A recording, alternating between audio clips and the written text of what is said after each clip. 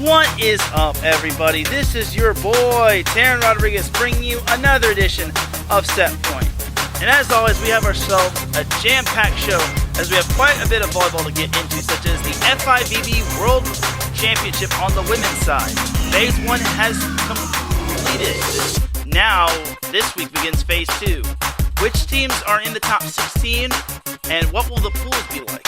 Also, how about Northwestern? Northwestern women's volleyball upset number 7 Minnesota on the road. Are the Wildcats for real? And how about Iowa State upsetting Baylor last Wednesday as well? Big wins for them. And what happened with Long Beach State? How are they going to be able to bounce back after losing twice last week, once to Cal State Fullerton and once to Hawaii? You know what the deal is. Hand me a volleyball. Set the net, because I'm about to serve you up some volleyball action here on Set Point. This is Teran Rodriguez bringing you another edition of Set Point here on IE Sports Radio, your direct feed for all that is sports.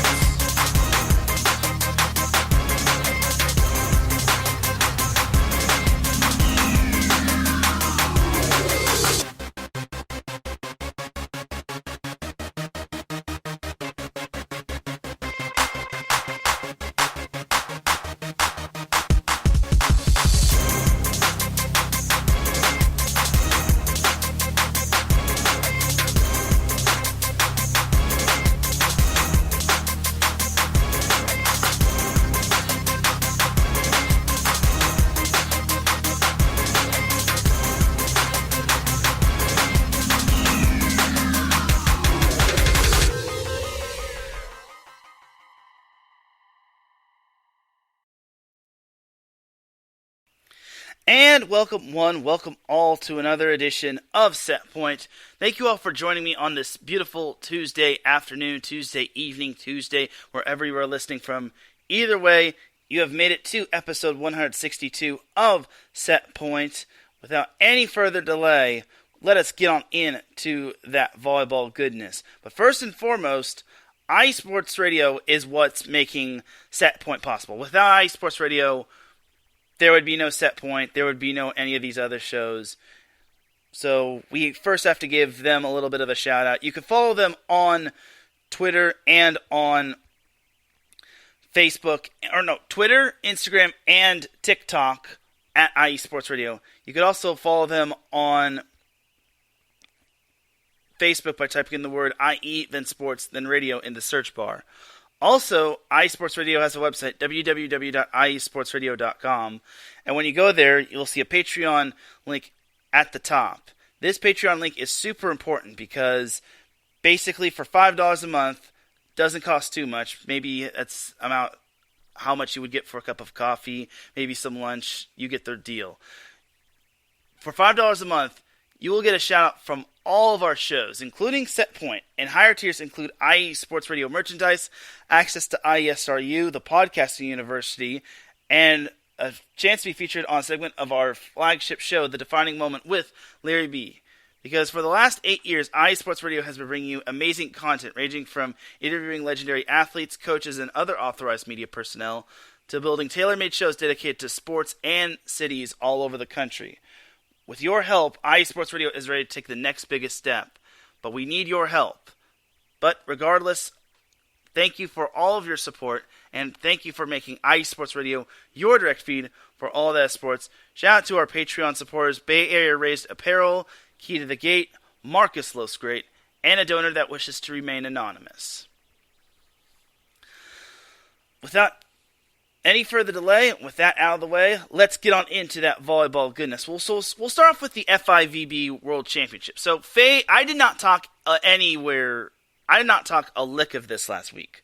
Why? Because I had my 3-year anniversary show on that day, and I was nearly at 2 hours. And I also had to talk some NCAA women's volleyball, and then I had a guest on, and then I had to reflect on Set Point's years.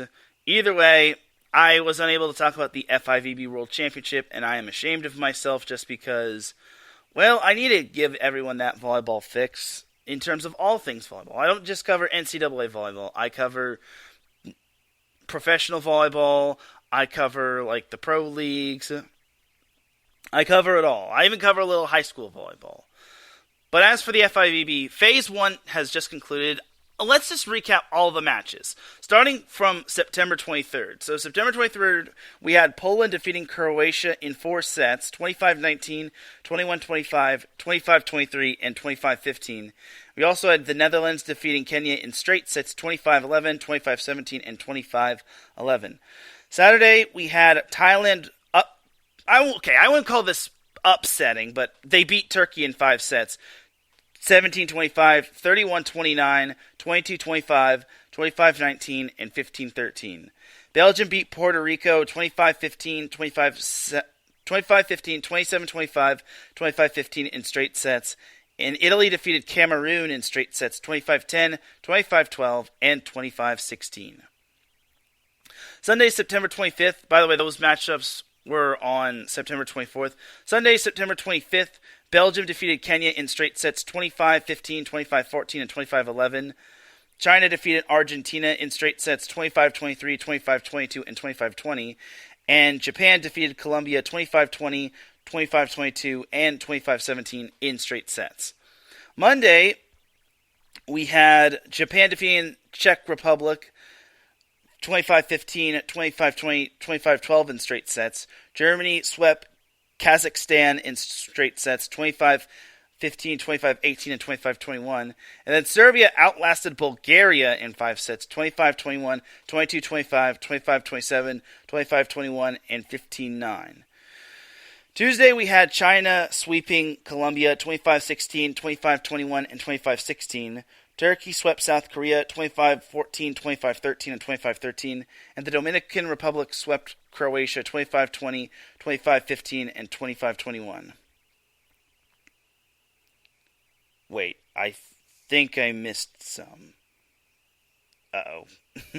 I missed some. So, also on Tuesday, we had Italy beating Belgium in 4 sets, 21-25, 30-28, 29-27, 25-9. Kenya defeated Cameroon 25-20, 25-27, 25-19. Poland defeated Thailand 25-17 across the board. Those were all of Tuesday's matchups. Jumping back to Monday, September 26th, we had Italy defeating Puerto Rico in straight sets 25-26, 28-26, 25-21, and 26-24. Brazil swept Argentina 25-19, 25-13, 25-21. And the U.S. defeated Canada 25-19, 26-24, and 25-15. Jumping back to Sunday's matchups, we had the Netherlands sweeping Cameroon 25-11, 25-20, and 25-13. Germany defeated Bulgaria in 4 sets, 25-22, 21-25, 25-23, and 25-21. Serbia swept Canada 25-23, 25-16, and 25-20. Back to Saturday, September 24th's matchups, we had the Dominican Republic sweeping South Korea 25-19, 25-12, 25-15. The U.S. defeating Kazakhstan 25-16, 25-13, and 25-22.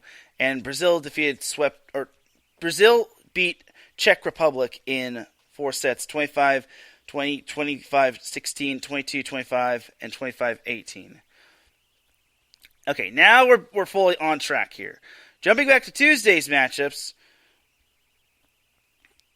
we had Poland defeating Thailand 25-17 across the board. Now we move on to Wednesday's full matchups. We had Thailand defeating Wednesday, the September 28th matchups. We had Thailand defeating Croatia 25-18, 25-13, 25-21. Then we had China defeating Japan in straight sets 28-26, 25-17, and 29-27. Then we had Brazil defeating Colombia 25-14, 25-12, and 25-20. Then we had Turkey outlasting the Dominican Republic in 5 sets, 21-25, 25-21, 25-18, 16-25, and 15-13. Then Argentina defeated Czech Republic in 4 sets, 25-20, 20-25, 25-22, and 25-22. Then we had Netherlands defeating Puerto Rico in 4 sets, 23-25, 25-20, 25-16, and 25-15. Then Poland swept South Korea to to wrap up the Wednesday, September 28th matchups, 25-17, 25-18, and 25-16. Jumping to Thursday, September 29th matchups, we had Canada sweeping Kazakhstan 25-14, 25-16, 25-11. Then Thailand swept South Korea 25-13, 25-15, and 25-14. Serbia swept Germany 25-23, 25-22, 25-23. Turkey swept Croatia 25-14, 25-12, and 25-12. Italy swept Kenya 25-15, 25-23, and 25-17. The U.S. defeated Bulgaria in 4 sets, 25-14, 23-25, 25-11, and 25-15. Then we had the Dominican Republic beating Poland in 4 sets, 18-25, 25-22, 25-21, and 25-21. And then Puerto Rico swept Cameroon 25-23, 25-26, and 25-11. To Friday's matchups, we had Serbia sweeping Kazakhstan 25-13, 25-17, and 25-10. China swept Czech Republic 25-19, 25-22, and 27-25. Japan, this kind of was an upset in my opinion. Japan toppled Brazil in 4 sets, 25-22, 25-19, 17-25, and 25-20. Canada beat Bulgaria in 4 sets, 25-21, 25-27, 25-20, and 25-15. Argentina outlasted Colombia in 5 sets, 19-25, 25-17, 27-29, 25-20, and 15-8. The U.S. defeated Germany in straight sets, 25-17, 25-13, and 26-24. Then we had Belgium beating the Netherlands in 4 sets, 25-16, 25-23, 24-26, 27-25. Jumping to Saturday, October 1st matchups, we had Bulgaria sweeping Kazakhstan 25-18, 25-22, and 25-18. Thailand outlasted the Dominican Republic in 5 sets, 31-29, 16-25, 21-25, 25-22, and 15-11. Brazil beat China in 4 sets, 23-25, 25-17, 25-22, and 25-22. Then Canada reverse swept Germany, our first reverse sweep of the FIVB World Championships on the women's side. 12-25, 24-26, 25-23, 25-18, 15-9. Then Puerto Rico beat Kenya in 4 sets, 25-15, 19-25, 25-18, and 25-20. Then we had South Korea defeating Croatia in 4 sets, 25-21, 27-29, 27-25, and 25-23. Then Czech Republic beat Colombia in 4 sets, 25-22, 25-13, 19-25, 25-18. Now this was kind of the stunner, but not really the biggest stunner. Serbia swept the U.S. 25-20, 25-23, 25-13. Everyone's that's thinking that this is an upset. It's not. Because if you remember, Serbia defeated the U.S. in the previous tournament before the FIVB Championship in 5 sets in the quarterfinals. So I don't think this is necessarily an upset. I feel Serbia might have the U.S.'s number, which is quite interesting. Then Turkey outlasted Poland in 5 sets, 22-25, 25-23, 25-22, 18-25, and 15-11. Jumping to Sunday, October 2nd's matchups, and this is the last slate of Phase 1 matches. We had Belgium sweeping Cameroon 25-8, 25-19, 25-14. Japan sweeping Argentina 25-17, 25-19, and 25-17. And then Italy beating Netherlands in 4 sets 25-13, 22-25, 25-16, and 25-21. Alright, now that's it for all of the matchups right there and then. So, looking at the standings in Pool A, Italy won the pool as they went a perfect 5-0. Belgium was second at 4-1. Netherlands was third at 3-2. Puerto Rico was fourth, 2-3. Kenya was fifth, 1-5, and then Cameroon was dead last. Pool B, we had Turkey and Thailand tying for first in Pool B as they both went 4-1. The tiebreaker was in favor of Turkey as they won more sets. Dominican Republic and Poland tied for third. as they both went 3-2. South Korea finished 1-4, and then Croatia finished 5th at 0-5. Then we had Serbia winning Pool C as they went 5-0. The USA went 4-1. Canada went 3-2. Germany went 2-3. Bulgaria went 1-4, and then Kazakhstan went 0-5. China, Japan, and Brazil all tied for first. Now this one was quite the crazy one. This was the crazy pool, as all three of those teams had the same number of points. However, it came down to the set won and lost ratio, and China had the best set won and lost ratio, as they had 13 sets won to 13 sets lost. 13 sets won to 3 sets lost.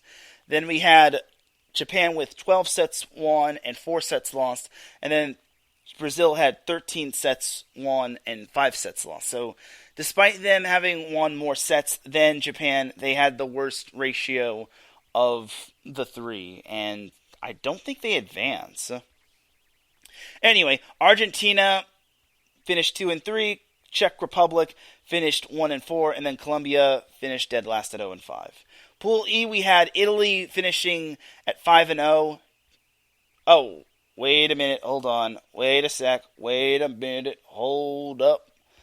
I think this is Pool E and Pool F are basically the second phase. So I'm jumping ahead. I'm sorry. It's been a while since I've covered some FIVB volleyball, and I didn't mean to pass this by. I really did not mean to. So anyway, jumping over to phase number 2, there will be certain matchups. So Pool E and Pool F are they've basically like divided it into 8 teams.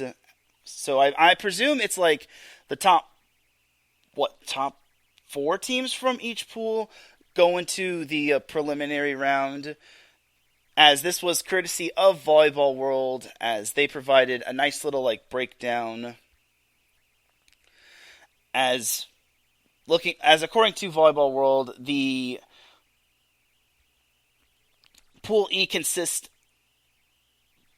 of Italy, China, Belgium, Japan, Brazil, Netherlands, Puerto Rico, and Argentina, while Pool F consists of Serbia, the United States, Turkey, Thailand, Dominican Republic, Poland, Canada, and Germany. So I imagine I don't think this is knockout round. This is the knockout round just yet. But the second phase will be played in the span of 6 days, as it'll be from October 4th all the way to October 9th, and it's sure to be quite the barn burner. I'm fairly certain this is not like phase 2, because they still have phase 3, and I imagine phase 3 is the official knockout round, and when that happens, then we all find out. Then that's basically where you can... phase 3 is basically the quarterfinals. And the top 8 teams finish... The top 8 teams face one another. Well, top 4 teams from each pool basically face one another in the quarterfinals. So... take, for example, in Pool E, the top 4 teams, let's say it's like Italy, China, Japan, Brazil. Let's say those teams are the ones that advance out of Pool E. And then Pool F would consist of, let's say, Serbia, US, Turkey, Thailand. I'm not, obviously, you also have to include the host teams as well. But overall, Poland and Netherlands are the host teams, by the way. So Poland is in Pool F. So I imagine they're going to get access to the quarterfinals regardless of what happens, whether they finish dead last or whether they finish at the top. So if that happens, if Poland does happen to finish outside of the top 4, because I imagine the top 4 from each pool in Phase 2 moves on to the quarterfinals.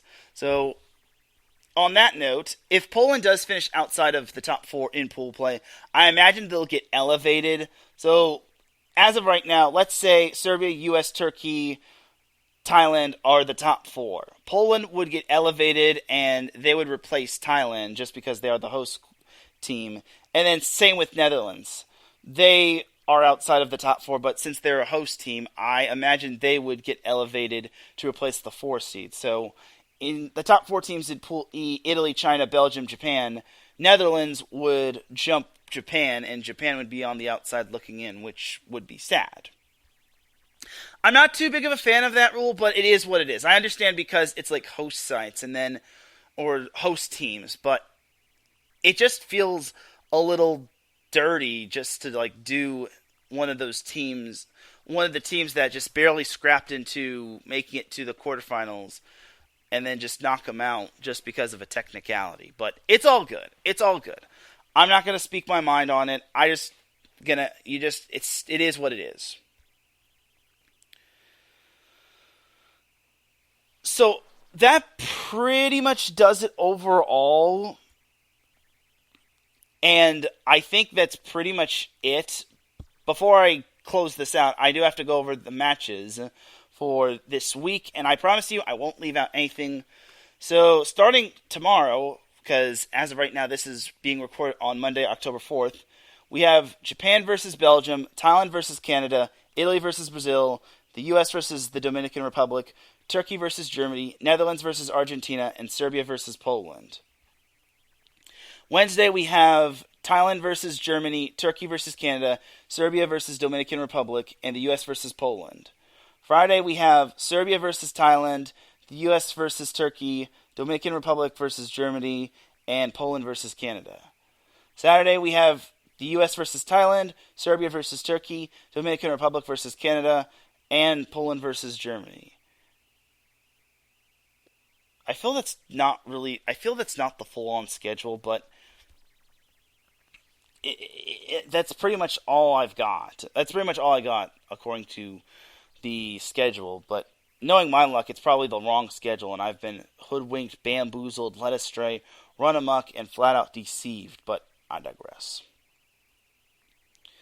So that is pretty much that for the FIVB. If there are any matchups, I'll try to focus in on this as much as possible, but it's going to be tough just because we have lots of volleyball going on, especially on the NCAA side, women's volleyball side of things. So if I do somehow mess up and forget about some of these matchups, then I will let you all know. And yeah, so I think this is the full-on schedule because October 6th, the schedule that I got it off of did not have October 6th matches. So October 6th matches will consist of Brazil versus Puerto Rico and then China versus Netherlands. And then in case I did miss the October 5th matches, we have the U.S. versus Poland, Belgium versus Argentina, Serbia versus Dominican Republic, Turkey versus Canada, China versus Puerto Rico, Thailand versus Germany, and Italy versus Japan. And then October 4th matches also. The October 4th matches were already gotten down to a T. October 7th matches also have Poland versus Canada, Brazil, Netherlands, Dominican Republic versus Germany, U.S. versus Turkey, Italy versus Argentina, Serbia versus Thailand, and Japan versus Puerto Rico. October 8th matches have Poland versus Germany, Dominican Republic versus Canada, Serbia versus Turkey, Brazil versus Belgium, the U.S. versus Thailand, and Italy versus China. And then October 9th matches will have Puerto Rico versus Argentina, Japan versus Netherlands, and China versus Belgium. So that's the full-on schedule, courtesy of the official FIVB World Championship website. So that is going to do it officially for that. Again, I'll try to follow the matches as close as possible, especially the U.S. I need to get back into the full swing of things just because I am covering all things volleyball. I can't forget about it. I just can't. I really can't. Just because every volleyball show needs all things volleyball and not just some things volleyball. Anyway, that is going to do it for the FIVB talk. We actually had a pair of we had some U.S. beach volleyball happening as of late, as we had a couple of pairs from the U.S. achieve gold, as Maddie Anderson and Molly Turner swept a pair from Canada 21-17 and 21-19 to win the NORCECA beach volleyball event in Punta Cana, sorry. So that was on the women's side. And then on the men's side, we had Tim Brewster and Kyle Friend win gold, as they didn't lose a set at all, as they swept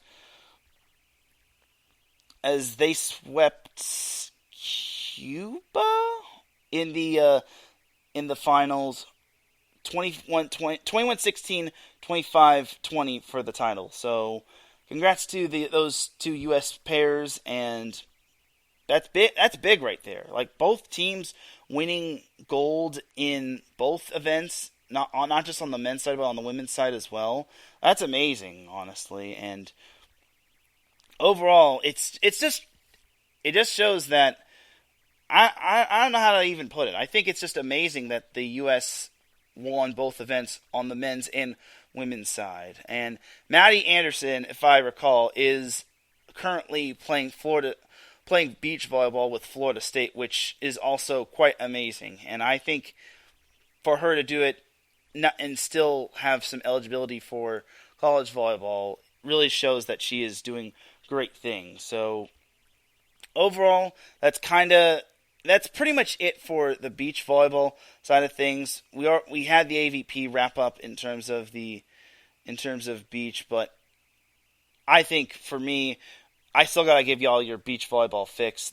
I'll just put this under the whatchamacallit, the miscellaneous edition portion of Set Point. And Tim Brewster and Kyle Friend beat Cuba and not Puerto Rico. If I said Puerto Rico, that's my apologies. But they beat Cuba in the finals of the NORCECA beach volleyball event in Punta Cana. So it's big right there. It really is big. And Molly Turner is no stranger. And Maddie Anderson, they're both good pairs on the women's side. And the fact that they only dropped one set really speaks to high volumes of how good they are. And same can be said with Tim Brewster and Kyle Friend. Like, they didn't even lose a set. That's just crazy. It's just absolutely bonkers. And it's impressive, honestly.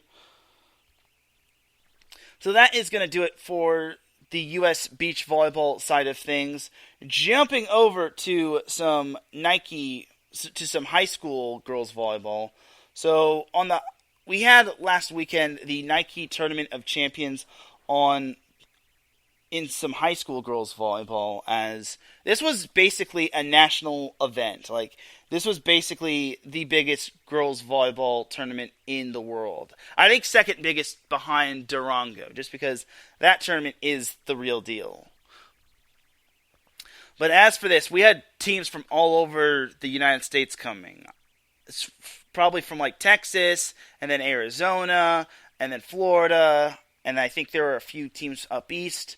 Either way, it was just it was a great tournament. I didn't go to this tournament, obviously, but this whole tournament had three types of divisions: the National Division, the Premier Division, and then the Elite Division. The Elite Division is the lower of the three, the Premier Division is the middle of the three, and the National Division is where all the true teams want to come out and fully be challenged and like face one another. So overall, it was to the National Division.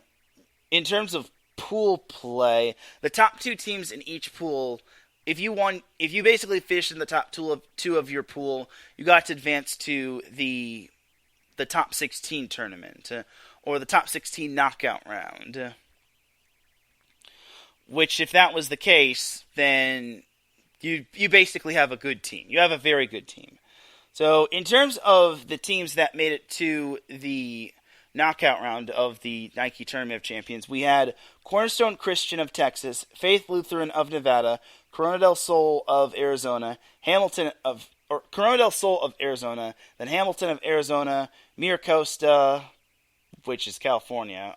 For the California schools, I'm not going to really say like Mira Costa of California, but in case you're wondering why I don't say like this school from California, it's because most people know what that school is. But Mira Costa, Queen Creek of Arizona, Notre Dame Prep of Arizona, Bishop Gorman of Nevada, Mater Dei, Sunny Slope of Arizona, Millennium of Arizona, Vista Marietta, Marymount, Los Alamitos, Horizon of Arizona, and then Sacred Heart Academy of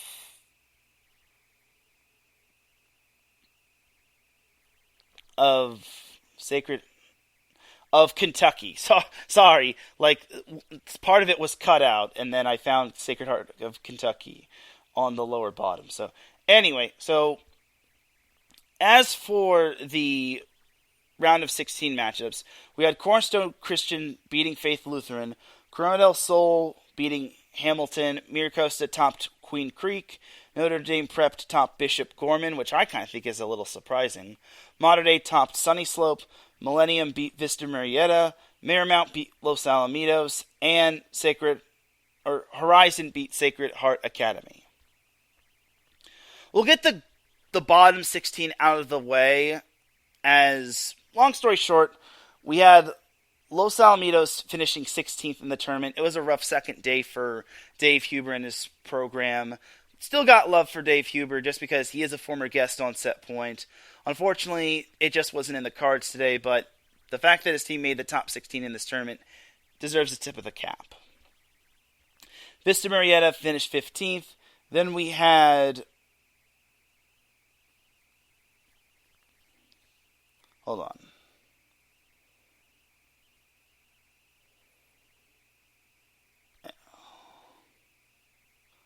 Then we had Bishop Gorman. We had Sacred Heart Academy finishing 14th. Bishop Gorman finishing 13th.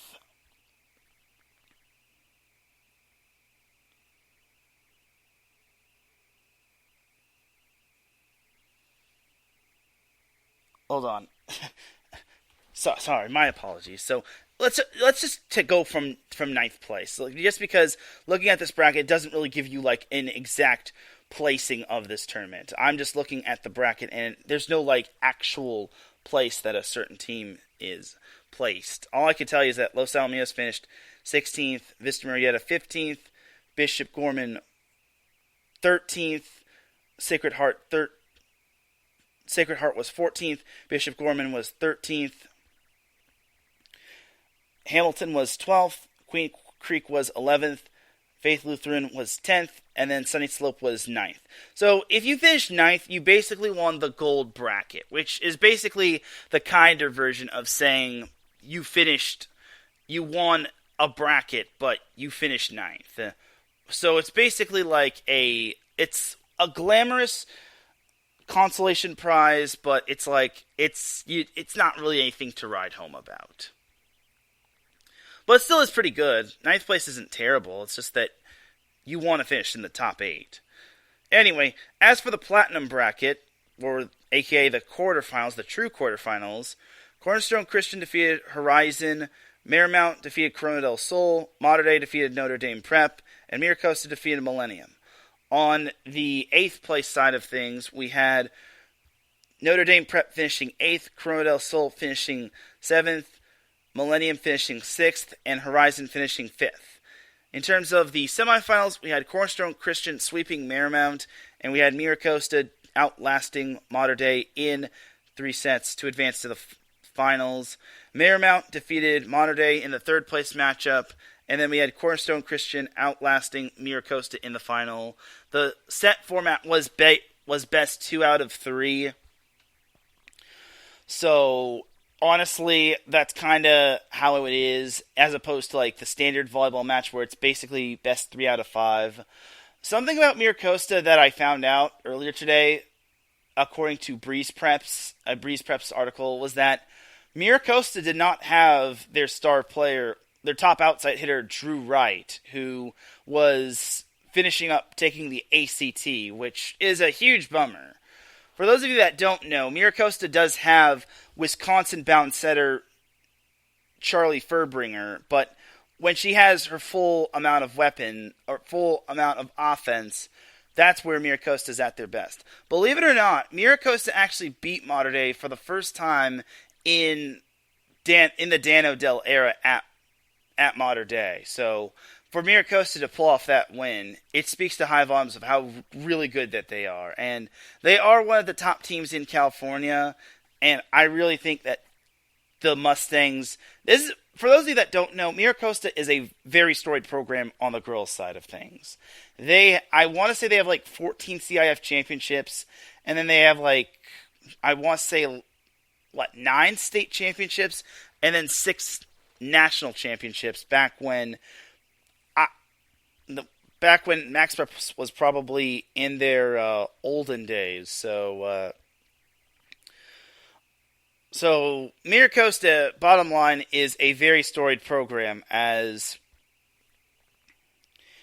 they're just that good. They are really good, and to get second in this tournament without having a full roster speaks to how really good that this team is. And I feel that this could be the year that Mira Costa finally figures it out. So yeah, they've won 14 CIF Southern Section championships, 7 state championships, and 4 national championships. So, and they've had quite a number of legendary coaches. Currently, now they are coached by Cam Green, who is a down-to-earth guy. Their beach volleyball coach is Nancy Reynolds, but we're not talking beach volleyball. So that is going to do it for some high school girls volleyball talk.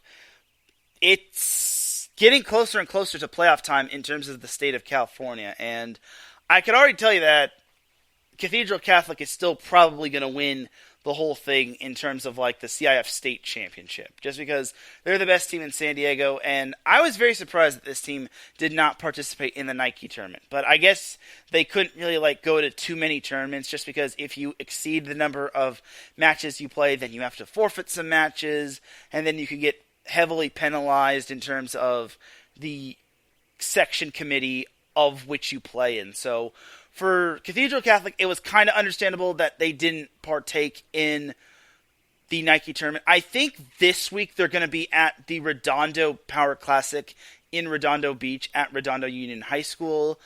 How I know this is because one of my teams that I cover, Newport Harbor, is going to be at that tournament. And it's a really tough tournament. Last year, Cathedral Catholic team won that tournament, and there were teams from I wouldn't say there were teams from all over the place that partook in this tournament, but Bishop Gorman was a team that partook in the tournament last year, and overall, it's a really good tournament. It's like the final dress rehearsal for playoffs in terms of the CIF Southern Section girls volleyball tournament, but not tournament, but the playoffs. But overall, it's a really good tournament, and I am going to be there on Saturday. I think Tommy Chaffins does a great job running the whole thing with Redondo Union, because he currently coaches at Redondo Union High School, and I think he puts on a great tournament. I think it's very fun, and last year I went to it, and honestly, there was not one match that any team was safe from. Me covering Newport Harbor, it was very interesting to say the least, considering Newport Harbor did finish in the top 3, tied for 3rd with Harvard Westlake. Like I said, Cathedral Catholic was the team that won the tournament last year, as they beat Mira Costa in straight sets. So overall, I imagine Cathedral Catholic will be in that tournament. The best way to find out more about the Redondo Power Classic is going on to the Redondo Union or the Redondo Union volleyball website, which I don't know the website off the top of my hand. I'm just going to put Redondo Union volleyball, and if I do find a way to if I do find the actual tournament, then awesome. But if I don't, then c'est la vie. Because honestly, it would be very cool to. Yeah, okay, here it is. But they don't have the schedule released, which makes me sad. But it's all good. I don't think. Yeah, they don't. I'm actually on the website, but unfortunately, they do not have the teams that are participating, which grinds my gears. I really want to see who's participating that's not named Miracosta or Redondo Union. So there's that right there. All I can tell you is that Saturday, everything starts at 8:30 a.m. California time. But overall, it's sure to be a great little matchup right there. It's sure to be a great tournament. We will have more information once the week progresses. Just because last year, I remember a team, I'm not going to give out the name of this team, a team was supposed to participate in this tournament last year, but then they got COVID within their program and they were out a couple weeks, so they had to drop out. So I think that we'll see the teams that are participating as the season, or not as the week progresses. So we'll see what happens when it comes to the Redondo Power Classic, but I am excited for it. Saturday is when I will be checking out the action, so you'll probably just see this on my main account, but I'll see if I can make connections with other teams. You never know. And on that note, we're going to take ourselves a quick little commercial break. When we come back, we'll have some NCAA volleyball to discuss from Week 6. We'll also have my little matchup that I went to recap between Long Beach State and Hawaii. Plus, we have the Week 7 preview. Keep it locked here. You are listening to Set Point here on IE Sports Radio, your direct feed for all that sports. We'll be right back after this. Sports fans, do you like teams that are tough, cities that are tougher, and fan bases that are passionate about their teams? How about teams that are historic and stadiums that are iconic? Then you belong in Chicago, and you need to check out Chi-Town Weekly. Join me, Adam Kernan, every week as we keep up with all things Chicago sports. Bears, Bulls, Blackhawks, Cubs, White Sox. We'll cover them all, plus more. The Windy City is always buzzing, and we'll keep you up on all the big games and major stories. So tune in to Chi-Town Weekly every week right here on IE Sports Radio, your direct feed for all that is sports.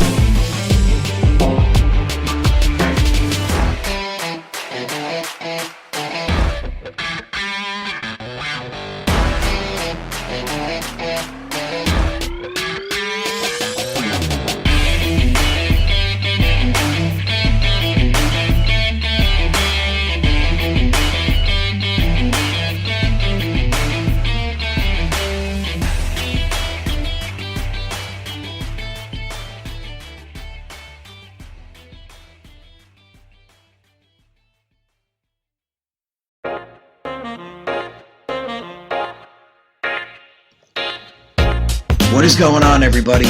My name is Harrison Glazer, and we're coming at you from the Show That Never Sleeps podcast.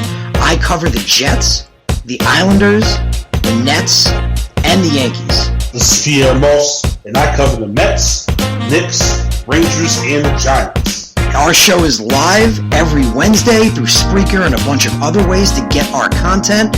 Again, we're the Show That Never Sleeps podcast. We talk about all those New York sports. It's a lot of fun. We get into all of it. Please tune in. Again, that's Wednesdays at 6 p.m. And we look forward to having you guys right here on IE Sports Radio, your direct feed for all that is sports.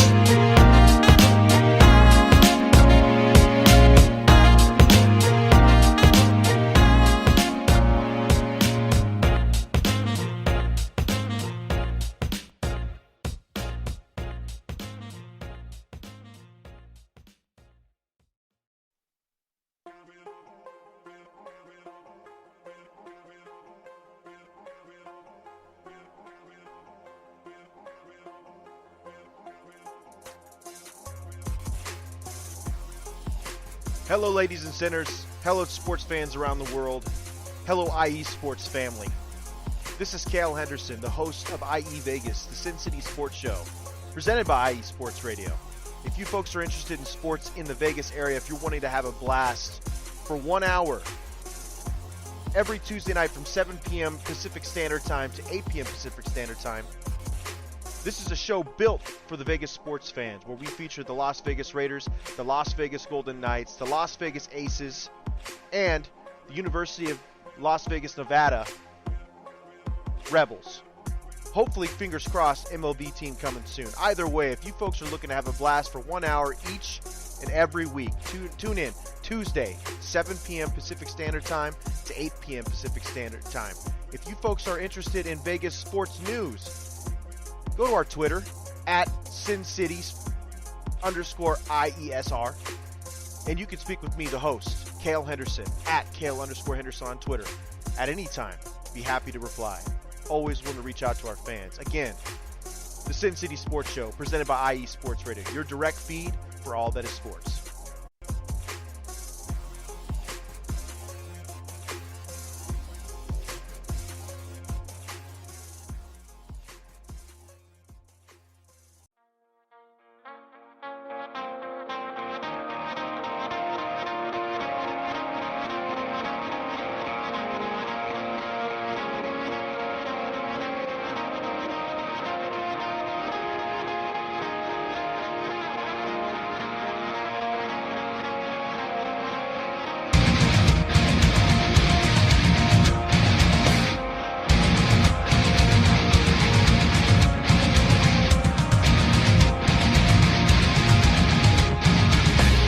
Hey sports fans, do you like wine?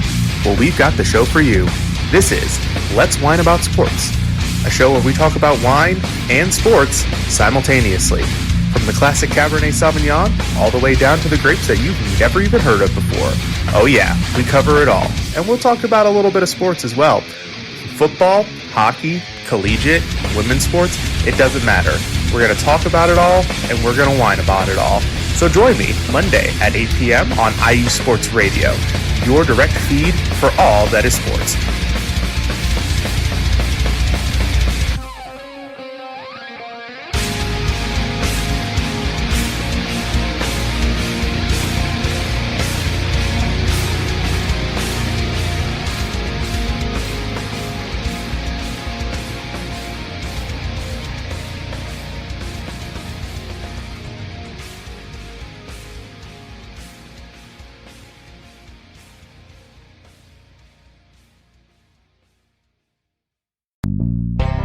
Some say that Indiana is just a flyover state. Flatlands and cornfields, barns and country roads. What if I told you Indiana is the crossroads of America? What if I told you in all other states, basketball is just basketball? In Indiana, basketball is life. Crowded high school basketball gyms on a Friday night, and every barn with a basketball rim and a frayed, worn-out net. If you're interested in the heartbeat of America, and if you're interested in sports, if you have Hoosier running through your veins, the Crossroads Pod with Aaron X is made for you. Powered by IE Sports Radio, your direct feed for all that is sports. Each and every week, the Crossroad Pod covers all of Indiana sports. The pride of the horseshoe of the Indianapolis Colts. The blue-collar gold swagger of the Indiana Pacers. The relentless pursuit of the sixth banner for the Indiana Hoosiers. The swing of the hammer of the Purdue Boilermakers. The swoop of the Cardinals of Ball State. The summoning of the echoes of the Notre Dame Fighting Irish. The growl of the Bulldogs of Butler. The intensity of an Indiana fever. The chop of the Indianapolis Indians. At the Crossroads Pod, if it is Indiana, we've got you covered. More than cornfields. More than country back roads. The Crossroads of America. Join me, Aaron X, every week. It's nothing but net.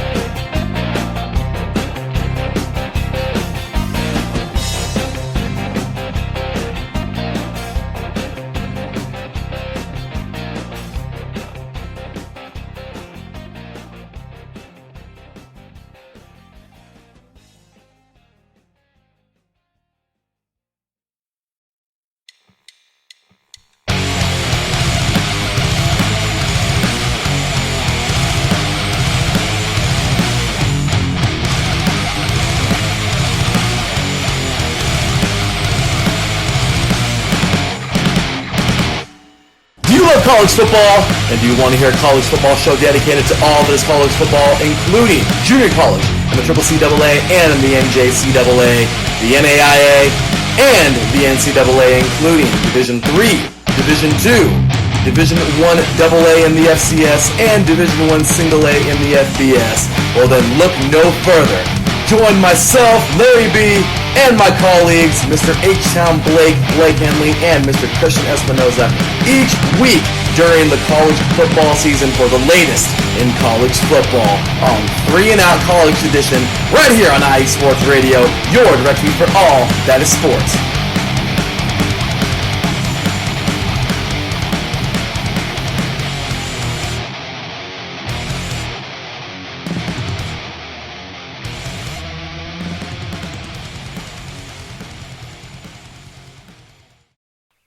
Back with segment number 2 of Set Point here on IE Sports Radio, your direct feed for all that sports.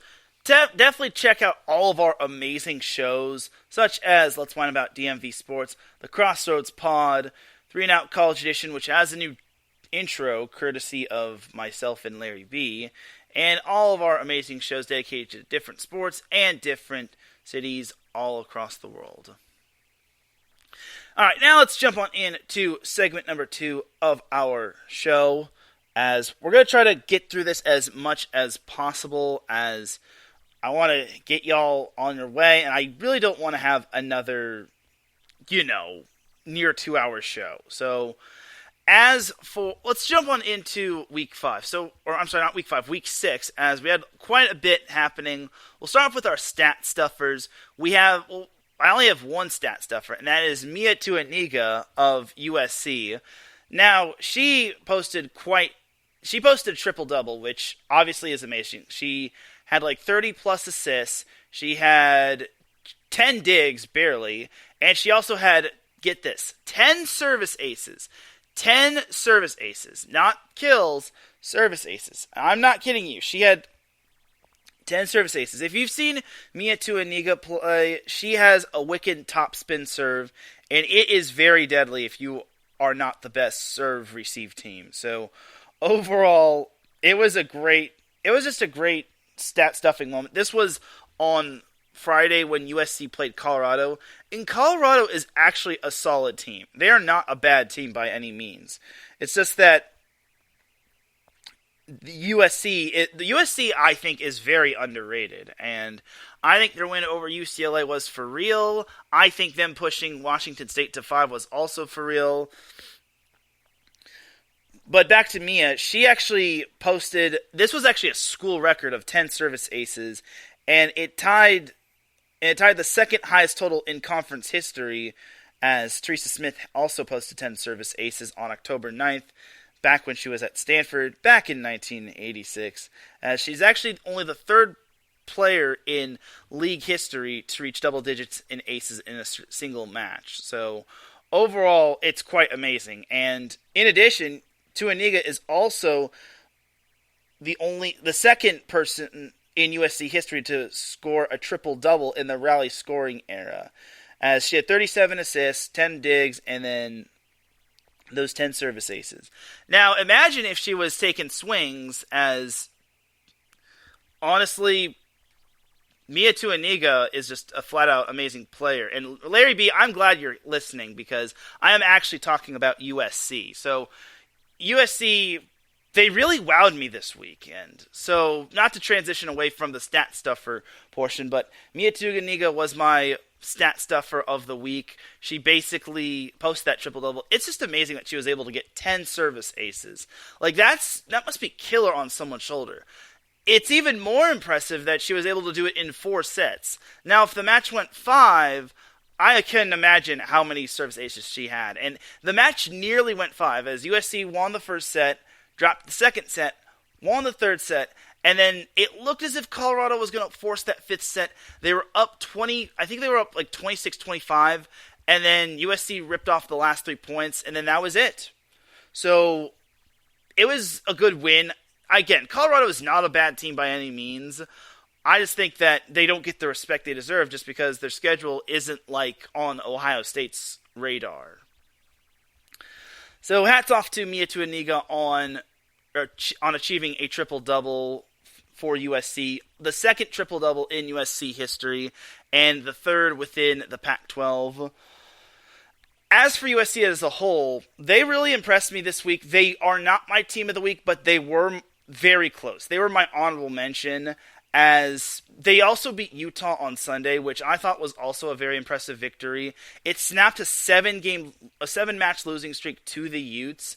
So the fact that they were able to pull out that win was very impressive. Granted, it was played at Galen Center and not at Utah, but it's still an impressive win. I really think it's a great win just because Utah started the season out being ranked, and then they kind of had a little bit of a tumble in their non-conference matches. So for me, I think beating Utah is impressive, and then snapping that losing streak is also a good little way to get that monkey off your back.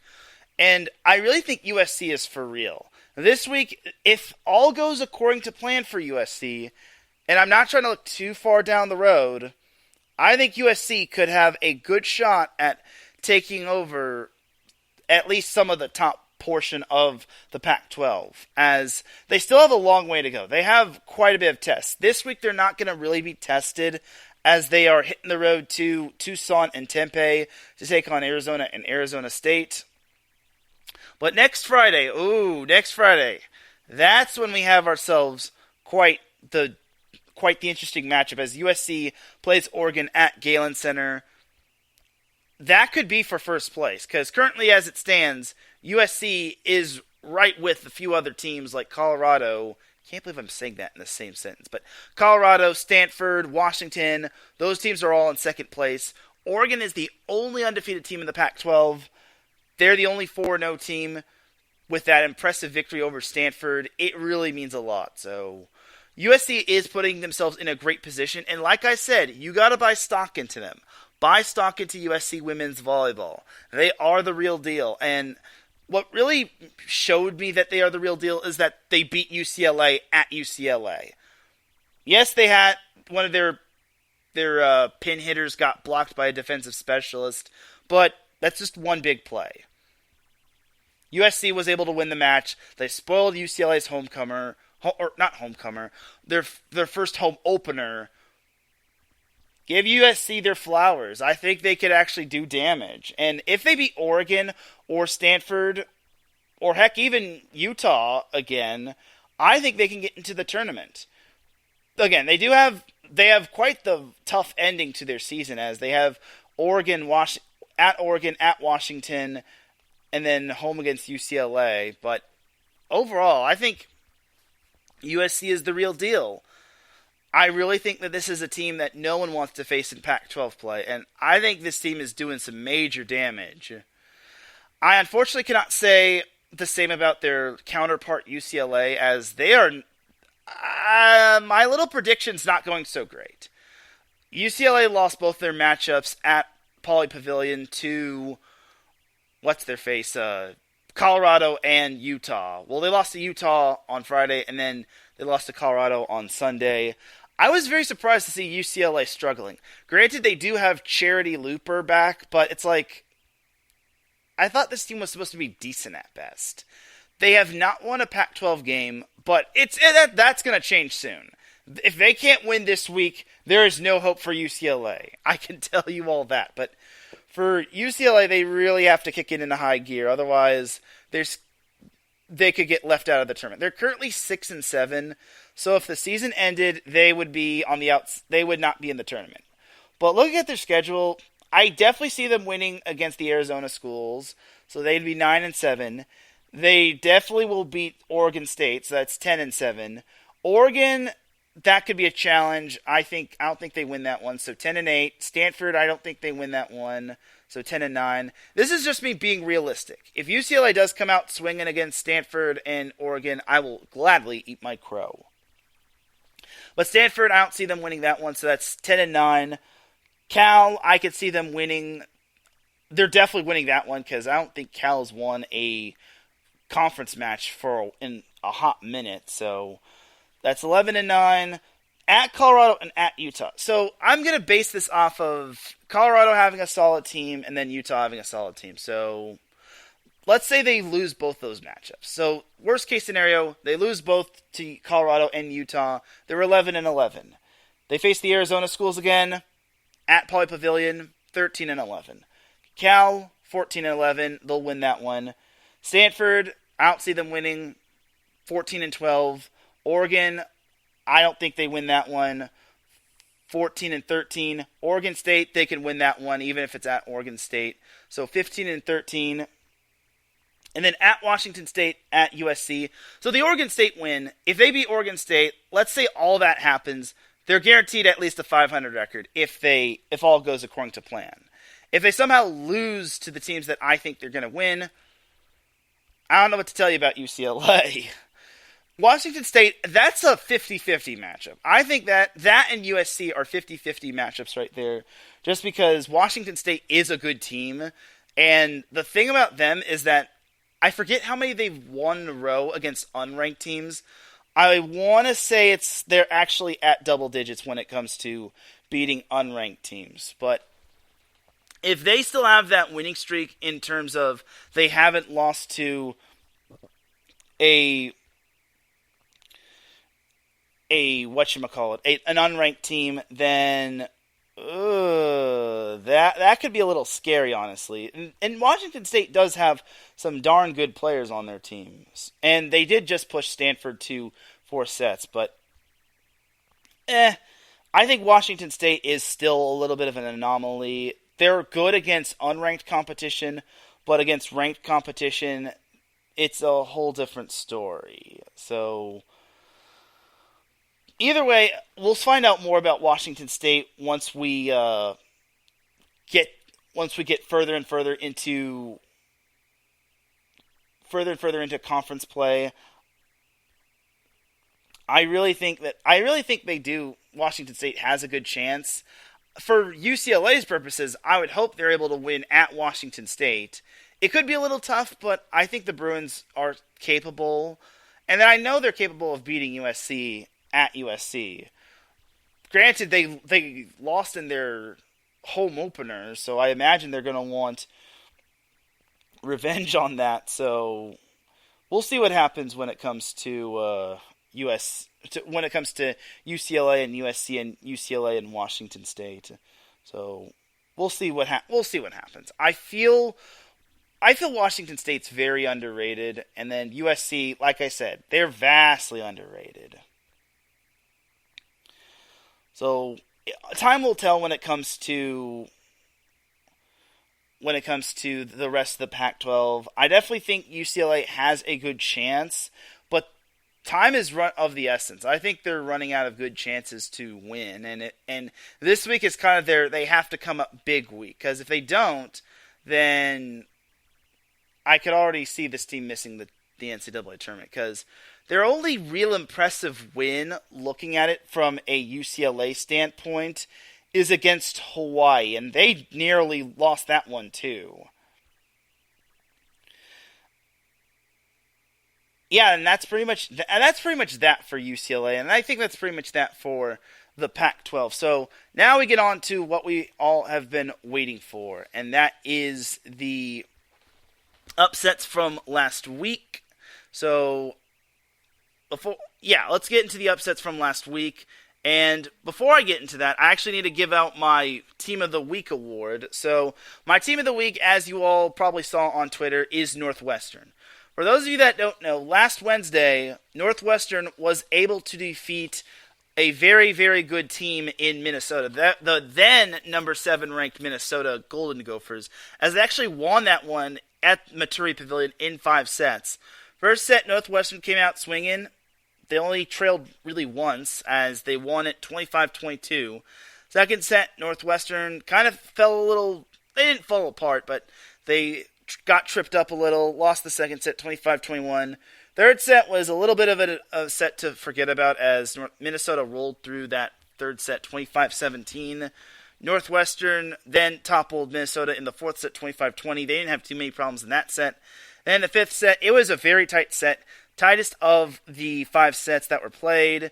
Eventually, Minnesota fell short as Northwestern scored the last 2 points. I remember it was 13-13, and then a block at the net put Northwestern at match point, and then a kill from Northwestern gave them the match, and it was their biggest win of the season, biggest win of their program, because this is actually their first ever top 10 victory.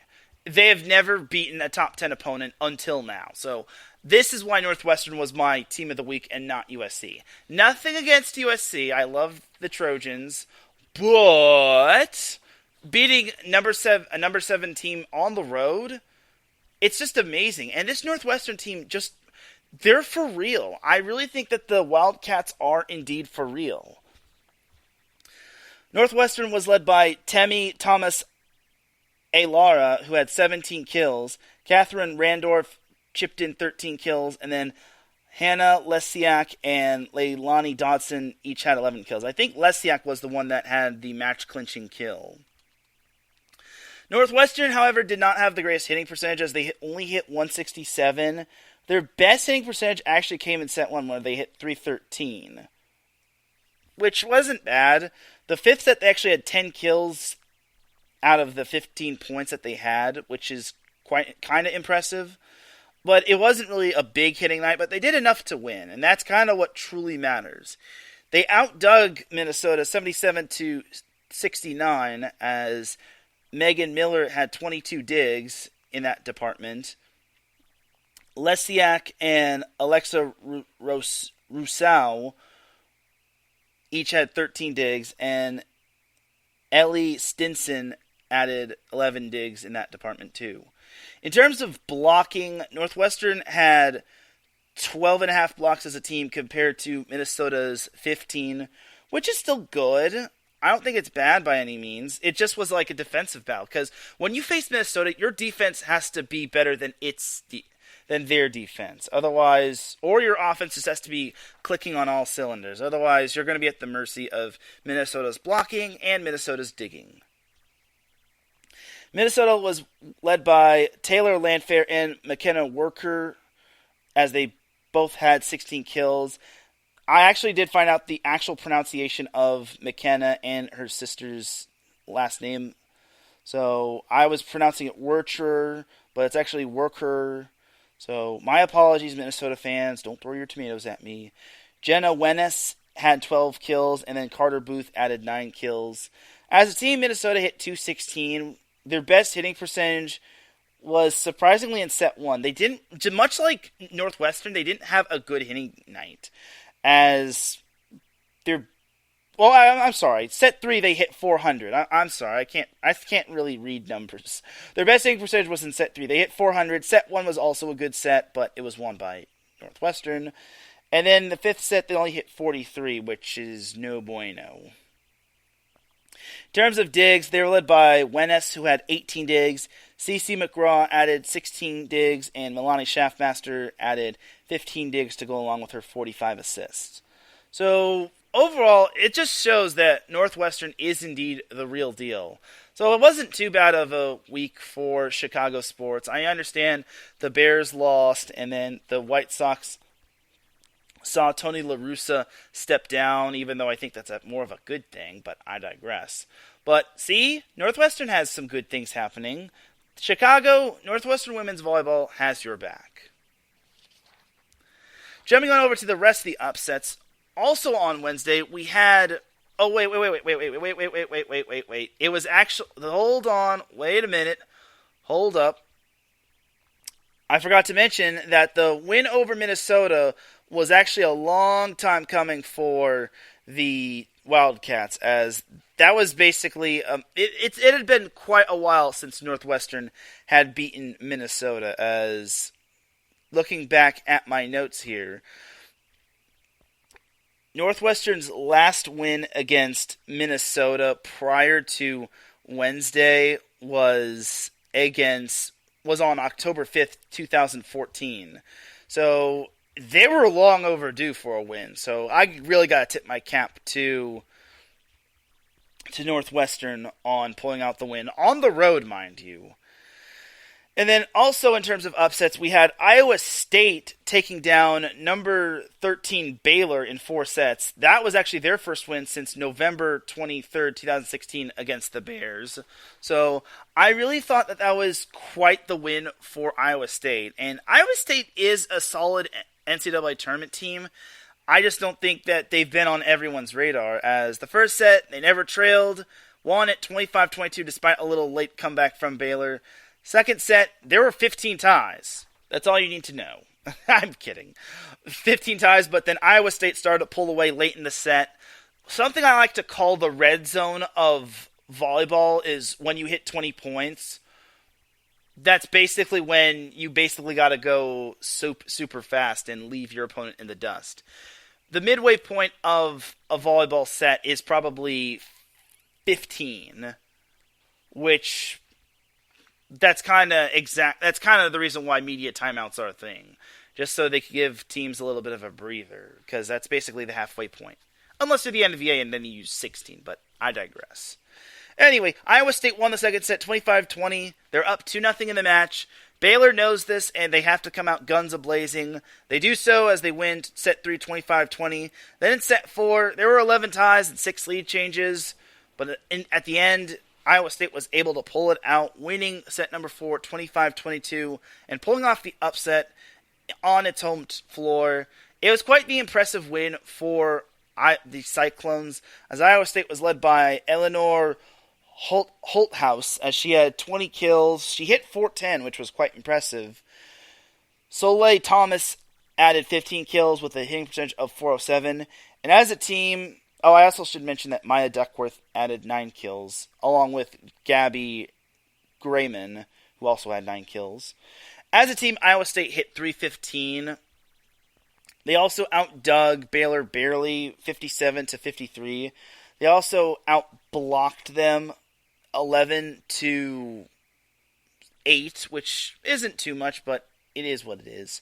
Despite losing the service ace/error battle, their 6-2 offense was quite nice, as Morgan Brandt chipped in 32 assists, while Jaden Newsom also added 21 assists. So overall for Iowa State, I think this is a huge win, considering that the Big 12 is going to be ran by Texas. This is probably going to help Iowa State's cause, just because you have the number 1 team in your conference, and then beating the number 13 team is a big deal if you're Iowa State. Baylor was led by Lauren Harrison, who had 16 kills. Mallory Talbert chipped in 12 kills, and she hit .733, which was very impressive. And then Cara McGee added 11 kills. As a team, Baylor hit .265, which isn't bad, but compared to the Iowa State .315, it leaves a little to be desired. They got 15 digs from Lauren Briseno, who was their only double-digit digger, but other than that, they didn't really have anyone in double digits in terms of digs, as Harrison was the closest one to being in double digits in terms of digs with 9. Elise McGee also chipped in 9 kills as well, as I'm wondering why Riley Simpson only played 1 set. Maybe I don't know why Riley Simpson only played 1 set.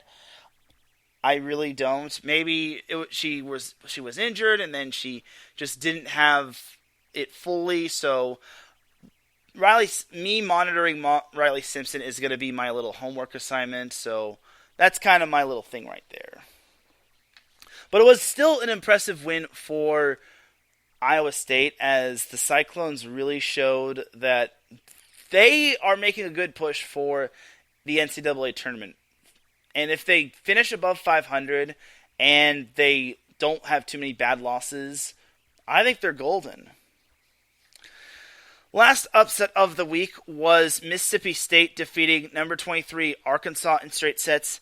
Now, granted, Arkansas was coming off of a week where they lost to LSU in 5 sets, but this one was kind of Mississippi State's matchup to prove that they are indeed the real deal.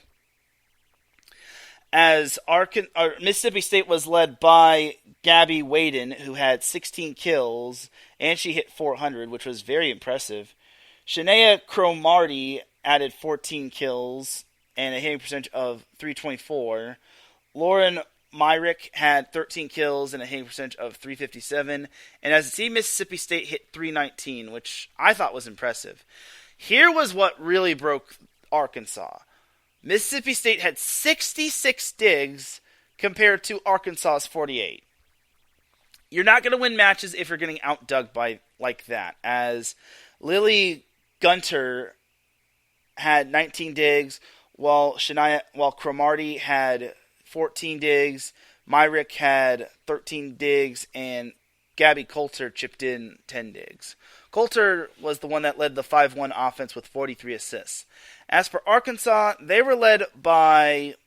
They had no player in double digits, in double-digit kills, first of all. That is alarming in itself, but also shows that where Mississippi State got those 66 digs. Arkansas was led by Jillian Gillen, who had 9 kills. As a team, Arkansas hit 161, which was not good. Their best hitter was Abigail Archibong, who had 6 kills for a hitting percentage of .556 on 9 swings.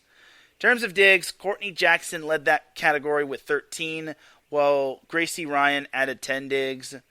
Hannah Hogue only had 20 assists, though Ryan also chipped in 6 assists as well. So maybe Arkansas was running a 6-2, not entirely sure, but overall, it was not Arkansas's day. Fortunately for Arkansas, they were able to salvage a split in that series, as they actually won on Sunday against Mississippi State in 5 sets. If they lost that matchup, that would have been a little alarming, but Mississippi State really needed to come up big this week, because they obviously lost. They lost to Auburn, which, granted, Auburn is undefeated, but they don't have any good wins, except for the Mississippi State one. So Mississippi State really needed to come up big with this matchup against Arkansas. So for me, I think this was a big win for the Bulldogs. I really think that they are still a solid team, but overall, it's just going to have to be, they're just still a little bit of a work in progress. So we'll see what happens. So that is going to do it for the upsets right there. So before we move on from week number 6, I actually had the honor of attending the Long Beach State versus Hawaii women's volleyball matchup, as I'm actually going to skip my teams I should buy stock into, just because, long story short, I kind of fell a little bit behind, and again, I feel now that we're in conference play, we're now it's basically tough to continue to keep eye on teams that are like facing other teams in like other conferences outside of like Towson and whatnot. So overall, we'll see what happens, but we'll see. But as for the Long Beach State Hawaii matchup, for this little matchup right here, it was not the worst matchup. I thought it was a great matchup between two good teams within the conference.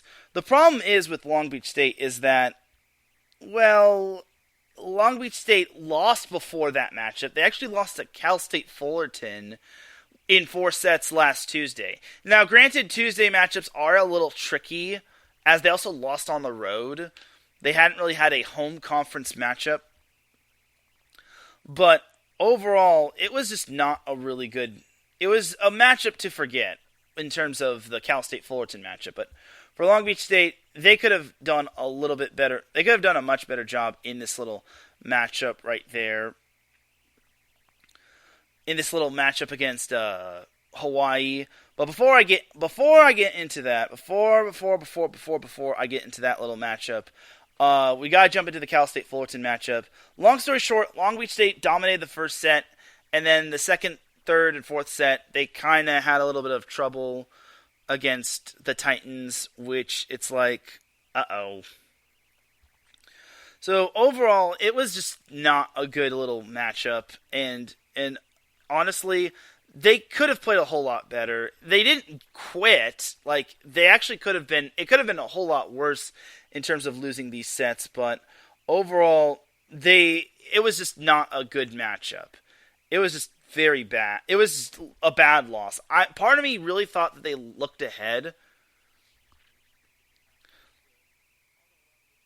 So overall, I really think that Long Beach State could have been a little, I wouldn't say a little bit more prepared, but Tyler Hildebrand said his team never gave up. They didn't quit, but I just think that they didn't play their best. And I feel maybe they looked ahead because Fullerton is improved from last year. So looking at this matchup, the first set, Hawaii never trailed, and they won the first set 25-20. They really set the tone in the first set as Riley Wagoner was just putting down kill after kill.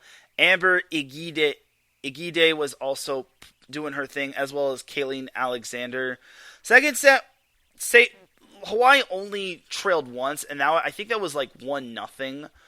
But then after that, it was basically mostly Hawaii set, as despite a late run from Long Beach State, they actually cut, I think they were down like 25, or I'm sorry, not 25, 23-19, and then they scored the next 2 points, and then that gave them, it was basically 23-21, much more manageable, but then Hawaii scored the last 4 points, and then they were eventually able to win that second set, 25-21, off an overpass kill from Riley Wagoner. Now, the third set was a whole different story. Third set was Long Beach State's coming out party, as they swung for the fences. They held Hawaii to a negative hitting percentage of minus 71. They hit 400, only had 2 hitting errors, and as a result, Long Beach State took that third set 25-15. I was very surprised I was like, where was this Long Beach State in sets 1 and 2? So, honestly, I really think Long Beach State has talent. They definitely have talent. It's just that sometimes they find themselves in a bad predicament to the point where they're unable to, pick up the pieces. And then in set 4, it was tight early on, but then Hawaii picked up steam after they broke a 13-13 tie. Eventually they won the fourth set 25-19, and they won the match. Leading them was Riley Wagoner, who had 16 kills and 8 digs, while Kayleen Alexander had 13 kills, and then Amber Igide had 10 kills. Kate Lang led the offense with 32 assists to go along with her 13 digs, and then Taylor Ikenaga had 10 digs as well. As a team, they outdug Long Beach 60-51, but they got outblocked 10-6, but more on that later. And they kind of won the service ace and service error battle. More on that later, though. As a team, Hawaii hit 233, which wasn't bad. Going over to Long Beach State stats, they were led by Jalen Jordan, who had 14 kills, and then Katie Kennedy added 11 kills, and then Morgan Chacon added 10 kills. In terms of digs, Dylan De La Cruz added 15 digs as they led the team in that department, while Savannah Chacon and Morgan Chacon, the sisters, each had 8 digs. As a team, Long Beach State hit 229, considering it's not bad because, well, for starters, it wasn't bad just because they weren't much better than Hawaii, or they weren't much worse than Hawaii. So overall, I thought they were very much in the fourth set until the later stages, which is sad, but it is what it is. What really hurt Long Beach State was their serving. They had 18 missed serves, and I feel they had 8 missed serves in...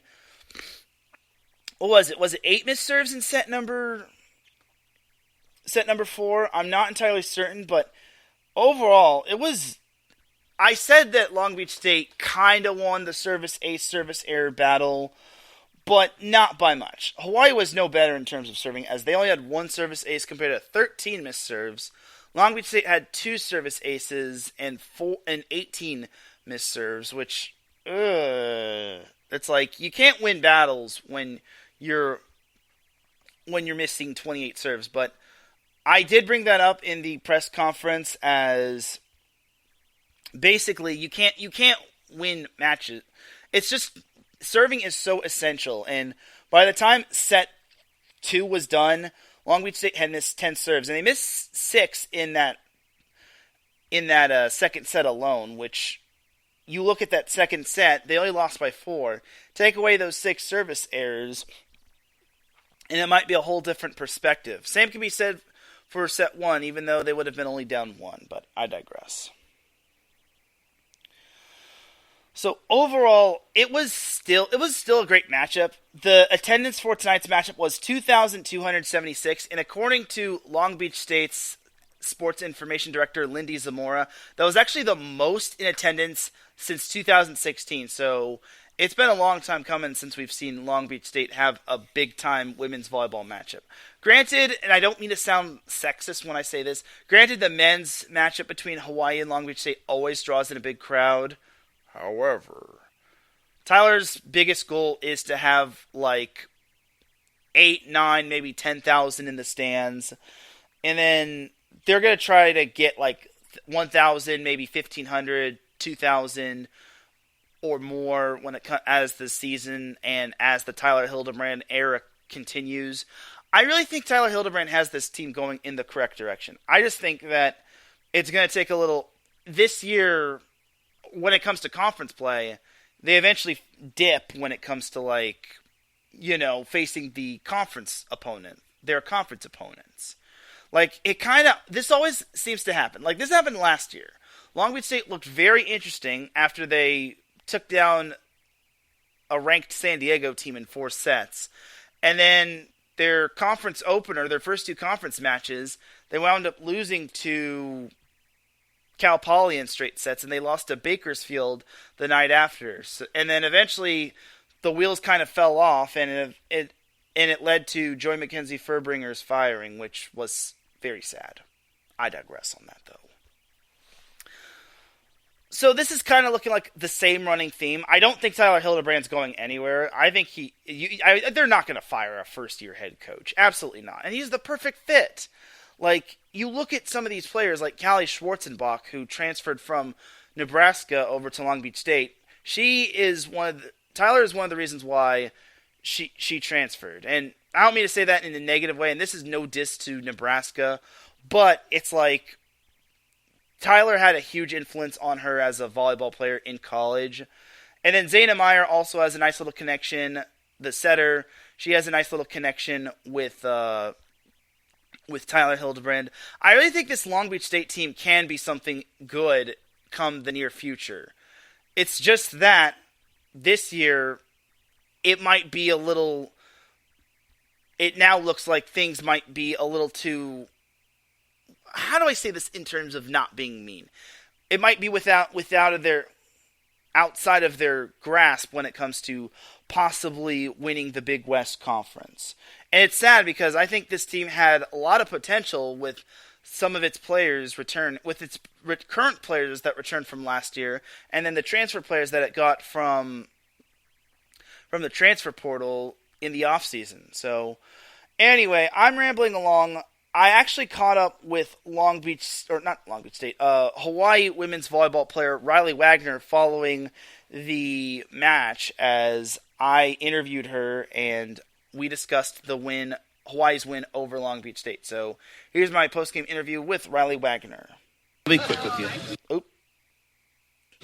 All right, Riley, your team was able to pick up another win in the Big West Conference, taking down a scrappy Long Beach State team. What were the keys to the victory tonight? I think really just limiting our errors and just playing the game that we know we can play and just kind of keeping with how the game was flowing and just, staying the course in the end. Now, you went up 2-0 in the match, and then the third set, it kind of fell a little apart as Long Beach State started to catch fire. What didn't you do correct in the third set as opposed to the first 2 sets? I think we made a lot of errors in that set, and they just were blocking really well in that set, so we just didn't adjust fast enough to that. Now, in addition to your strong gameplay, Amber had some well-timed kills, and then you also got some other key hitters that put some kills down. What can you say about the offense tonight? I think we did really well tonight. It was pretty spread evenly, so that's really good when it's not all on one hitter. So I think that's a really good part of our offense that we exposed tonight. And in the fourth set, it was pretty much back and forth, but you were able to break through after it was I think it was like 13-13. Like, what did you have to do in order to separate yourself and avoid the fifth set? I think we just had to take control of the game at that point and just know that, like, we needed to take control and just play how we needed to play. And then, obviously, this was the second straight match for you all, as last night you played Cal State Fullerton. Like, how draining is it going from Orange County to Long Beach and then playing on the road away from the Stan Sheriff Center? Yeah, it's definitely something to get used to. I think over the couple years we've gotten a little used to it just because that's how we played for I don't know how long. But, yeah, it's definitely a transition for the new people to come in and have to play back-to-back games. You're 4-0 in conference play. How big is that, considering you're only one of two undefeated conference teams? That's huge. I think it's really a testament to our team and how hard we're working in the gym, and just it's showing on the court now. And then you're back at home against UC Irvine and UC San Diego. Mm-hmm. All right, so you're going to be back at home next week. What's it going to take to take down the Anteaters and the Tritons? I think really just being disciplined and controlling what we control on our side. And then, obviously, the crowd was big. There was over 2,000 fans, but you also got to hear some Hawaii fans cheering you on. What was that feeling like, and do you think that really, like, gave you more energy to, like, continue to, like, push through the match? Yeah, definitely. The fans are a big part of the game, and it's really nice when we can come out here and have a bunch of Hawaii fans, so that's definitely helpful in the match. So that was my post-game interview with Riley Wagoner. I really thought she did a great job, along with Amber Igide and Kayleen Alexander. I did mention that there were some Hawaii fans. There were Hawaii fans sitting right behind me as they were either heckling, well, not heckling, but they were heckling in a positive way, or B, they were just cheering loud. And one even dropped their phone on accident, and I had to, like, help them get it. So there's that. So I really thought that the Hawaii fans that did make the travel did make a huge difference. I wouldn't say like a huge difference, but it was still more Long Beach State fans than Hawaii fans. But overall, the Hawaii fans were felt in terms of the pyramid on Saturday night. And I really thought that it was quite impressive. And one quote that I remember that Charlie Wade once said, wins are not...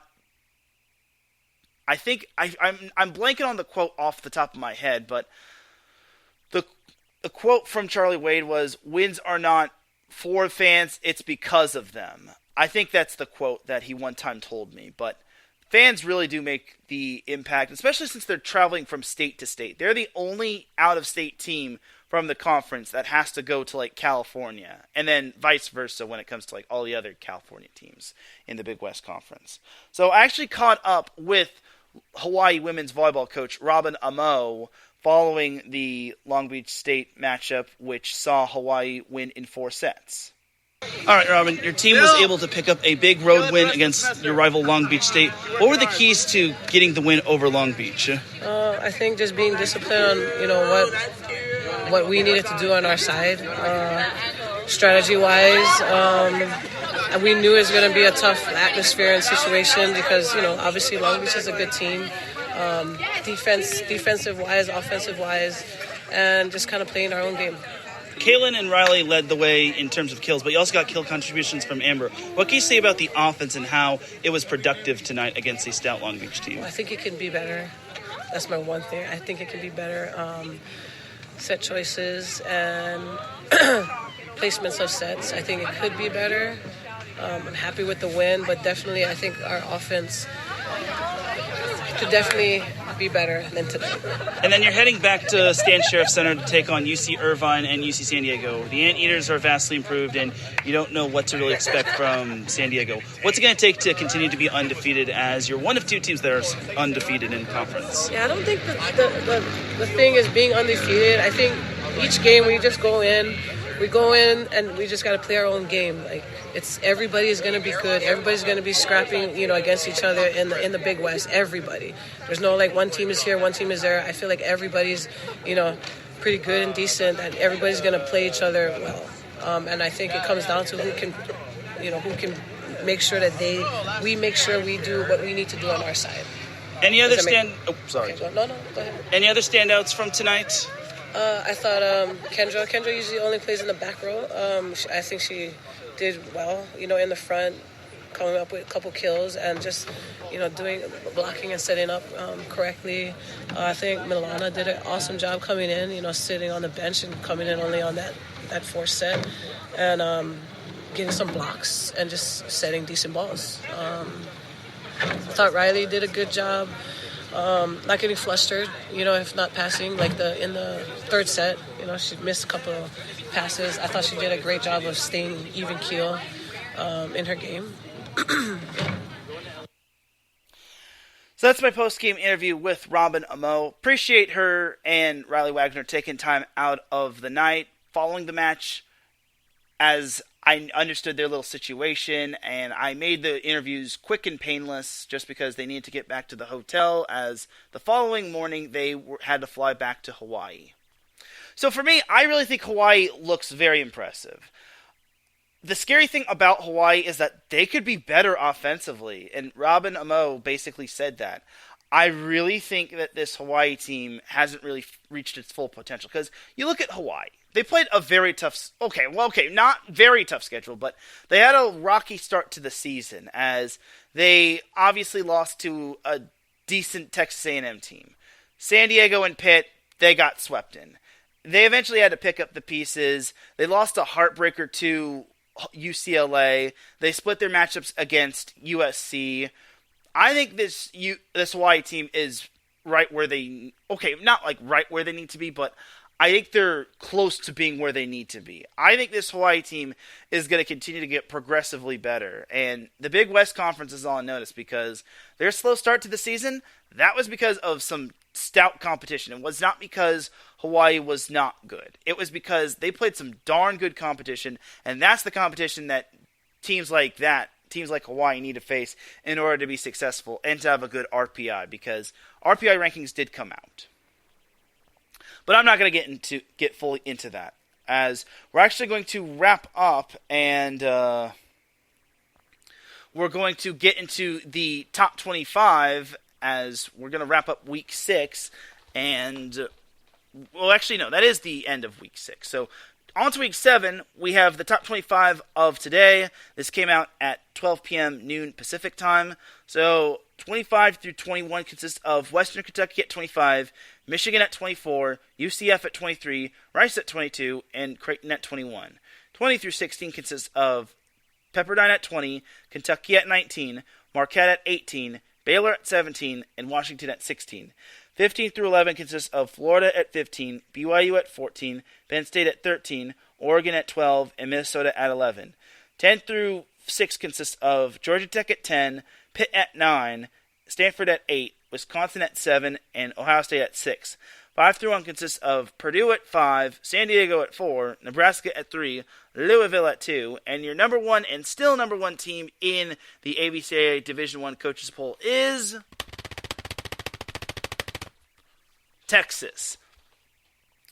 So as you just saw, Michigan is in the top 25, despite losing in 4 sets to Ohio State and then beating Northwestern. Michigan is in the top 25. Granted, they did beat Penn State, but I was surprised they didn't make the top 25 last week. I do think it was because Arkansas, which was the only team that dropped out, they lost to Mississippi State, which was unranked, which eventually saw the committee put Michigan in the top 25 as opposed to keeping Arkansas in there. So that is pretty much that right there. I also forgot to mention that the committee, the Division I committee, actually released a top 10 through October 1st, as this was actually televised in the matchup against, I want to say it was like Texas, what was it? Texas Tech versus Texas. Either way, they released it on Sunday, as it was basically in the second or third, through the second and third set. So the NCAA Division I Committee's top 10 consists of 10 through 6, Minnesota at 10, Purdue at 9, Stanford at 8, Oregon at 7, and Ohio State at 6. 5 through 1 consists of Pitt at 5, Nebraska at 4, San Diego at 3, Louisville at 2, and the obvious number 1, which I'm not even going to do a drum roll, is Texas. So that's basically your top 10. I really think it's quite interesting that they have this out already. I'm surprised to see Oregon at number 7. Oregon obviously had their tough little matchups where some of which they did lose. But overall, the thing about Oregon is, and this is something that I think everyone needs to know. They're not only I feel they're undefeated not just in conference play, but they're undefeated. Oh, no, they have 2 losses. My bad. I forgot they lost to Minnesota and Penn State in the Pac-12 Big Ten Challenge. But they're undefeated in conference play. Here's my thing about Oregon. If they play like they did against Stanford, this is going to be the team that comes out of the Pac-12. And the interesting thing about Oregon is that they don't play Stanford again. They are done with Stanford. So if it boils down to Stanford and Oregon tying atop the Pac-12, guess who has the tiebreaker? Oregon.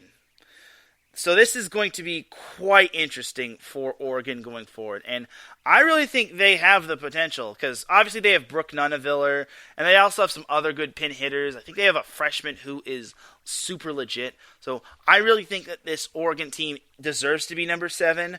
At first I was a little on the fence, but it's like, nah, this team is good.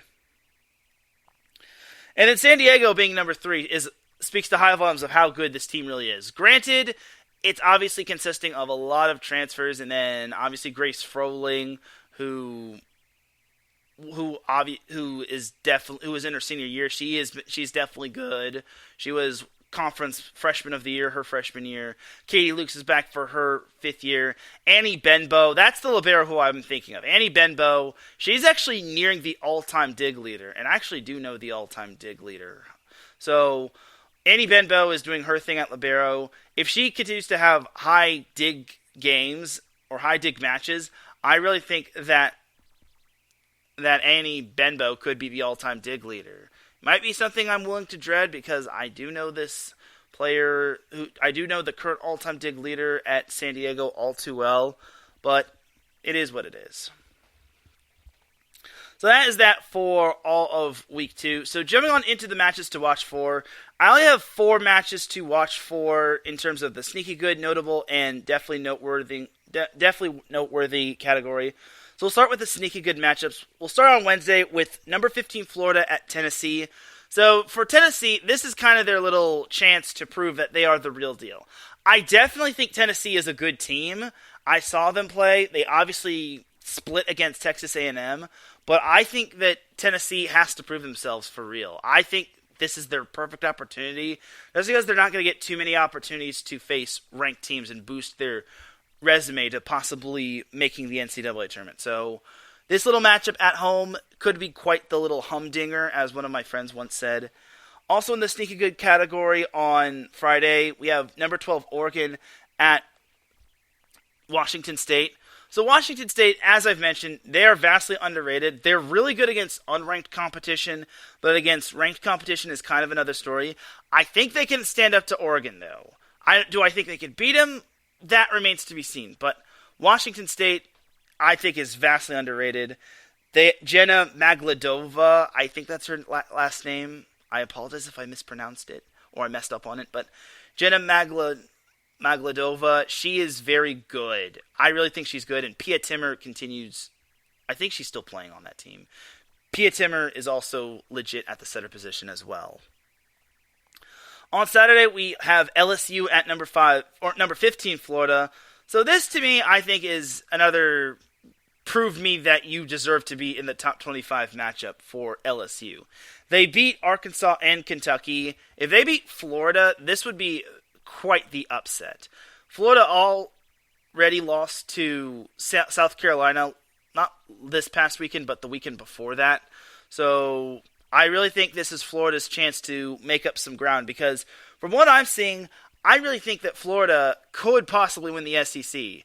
But the SEC as a whole is a mess, with the top team being Auburn, which they'll get tested this week. I can tell you that much. And then on Sunday, we have Northwestern at actually, I think it's Saturday.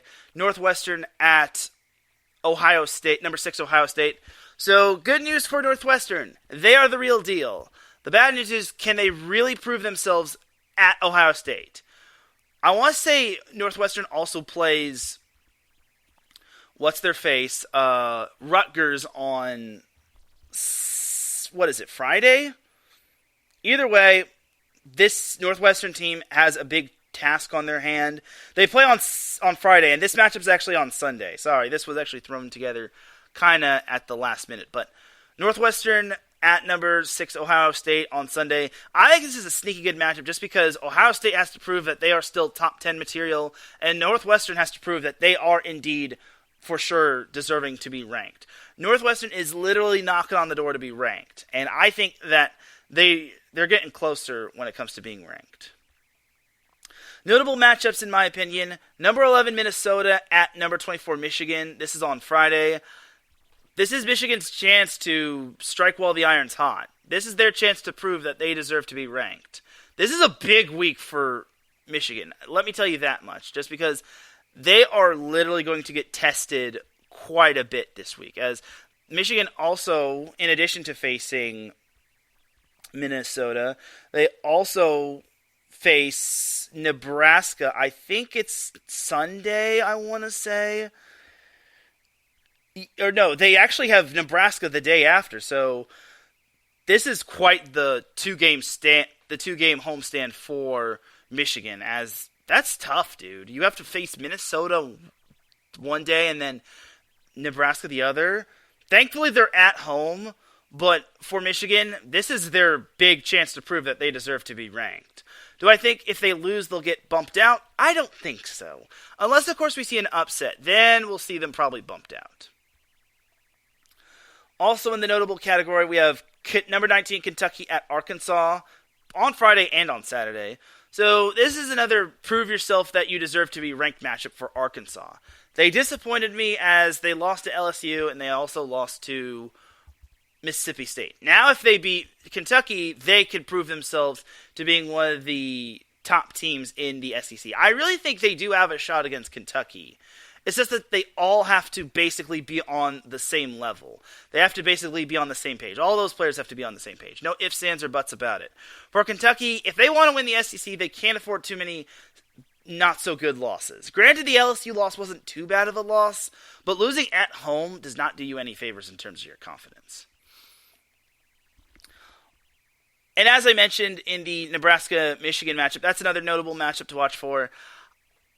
Not to sound mean or anything, but I don't know how Michigan wins this one. Obviously, I think they have a shot against Nebraska, and if you're in Nebraska, the last thing you want to do is think that you're really hot stuff, when in reality, the whole Big Ten is really, really good. And Michigan is no joke. If Michigan was able to upset number 9 Penn State on the road, I think they have a good shot at possibly hanging with Nebraska. And then my last notable matchup to watch for is number 8 Stanford at Utah. This is an interesting matchup. I think Utah is good. I just think that against USC, it didn't really do them justice because those Trojans are for real. So for Utah, they have the home court advantage, but they're going to really need to do well. Kendall Kipp is really strong when it comes to not only hitting the ball, but serving the ball. She has a really strong float jump serve.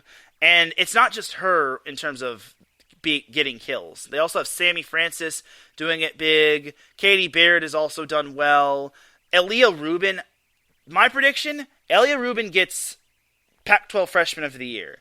If she plays her cards right, she can get National Freshman of the Year. But overall, I think that Stanford, they look like the better team in this matchup, but don't be surprised if Utah gives a full-on effort against the Cardinal. Now for the definitely noteworthy matchups, we have number 13 Penn State at number 6 Ohio State on Friday. Last year, Ohio State got swept in the series against the Nittany Lions.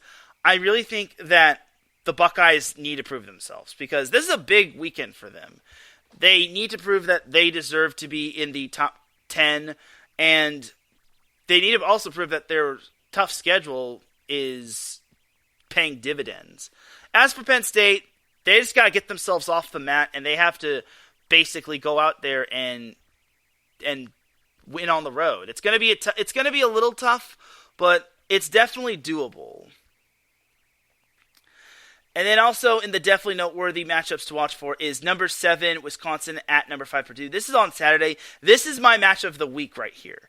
This is the match that I think is the most noteworthy of all matches. Wisconsin, last week they actually did not have Anna Smrek in their matchup against Penn State, but they swept Penn State quite good. I really think Wisconsin does have a good team.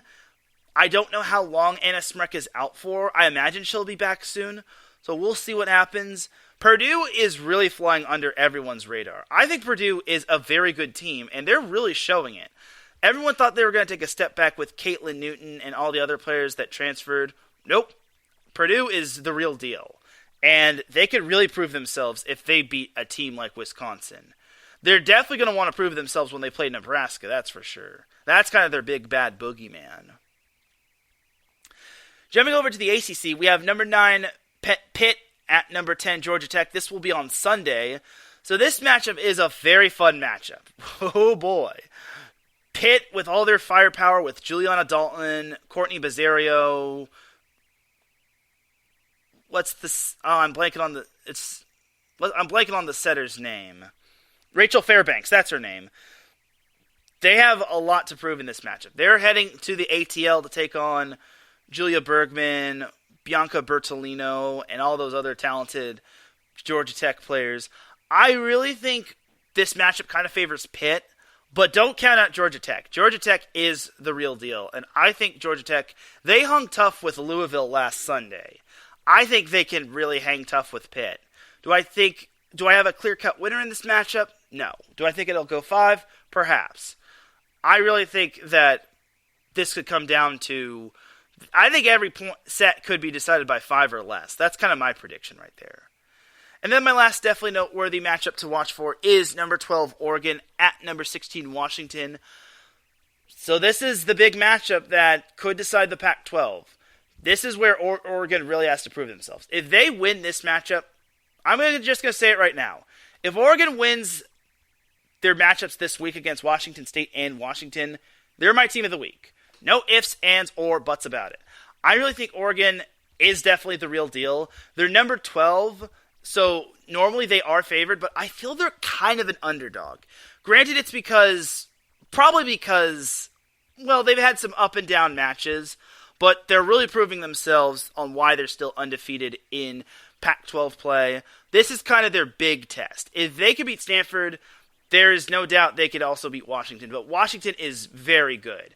They have quite a good number of players. I definitely think that Washington, they're obviously going to want to bounce back from their loss to Stanford, and they know that they no longer can afford any hiccups in their schedule just because they can't afford to lose too many matches, just because if they lose too many Pac-12 matches, then they'll be further and further behind Oregon. So this is kind of their gut check matchup in order to possibly win the Pac-12, just because they're already behind Oregon one match. If they lose this match, then it gets even tougher. And then I think Washington has to play Stanford again. I'm not sure. Either way, that is going to do it for the matchups to watch for this week. And ladies and gentlemen, that is going to do it for this week's episode of Set Point. Once again, I know I went nearly 2 hours, but it is time to drop the beat, as I'm about to dip like a banana in chocolate. You feel me? Thank you everyone for tuning in to Set Point. I hope you all enjoyed this week's episode. If you listen live, I appreciate you. If you listen on the playback, I appreciate you. If you listen at work, I appreciate you. Listen at any time, any place, anywhere. I definitely appreciate you. Thank you to Larry B for popping in the chat room for a little bit. He probably was busy, but it really means a lot that you tuned in and popped in the chat room just to say, let's go Teran. Really means a lot, buddy. Thank you for all that you do for iSports Radio, and like I said, thank you for taking a chance on me when it comes to Set Point. It really means the world. For everyone here at iSports Radio, this is Teran Rodriguez signing off. You all have yourself a great rest of the week. Enjoy the volleyball action. In terms of the high school level, it's getting closer and closer to playoffs, especially in California. The NCAA Women's Volleyball Conference slate is underway. It's really getting into full swing, as it's only a matter of time before we get into the month of November. Then when it comes to NCAA tournament time, it's going to be some fun times. But until then, Have a great week. I'll see you all Friday for the SoCal Sports Show. Be safe, and I'll see you on the other side of the net. Peace!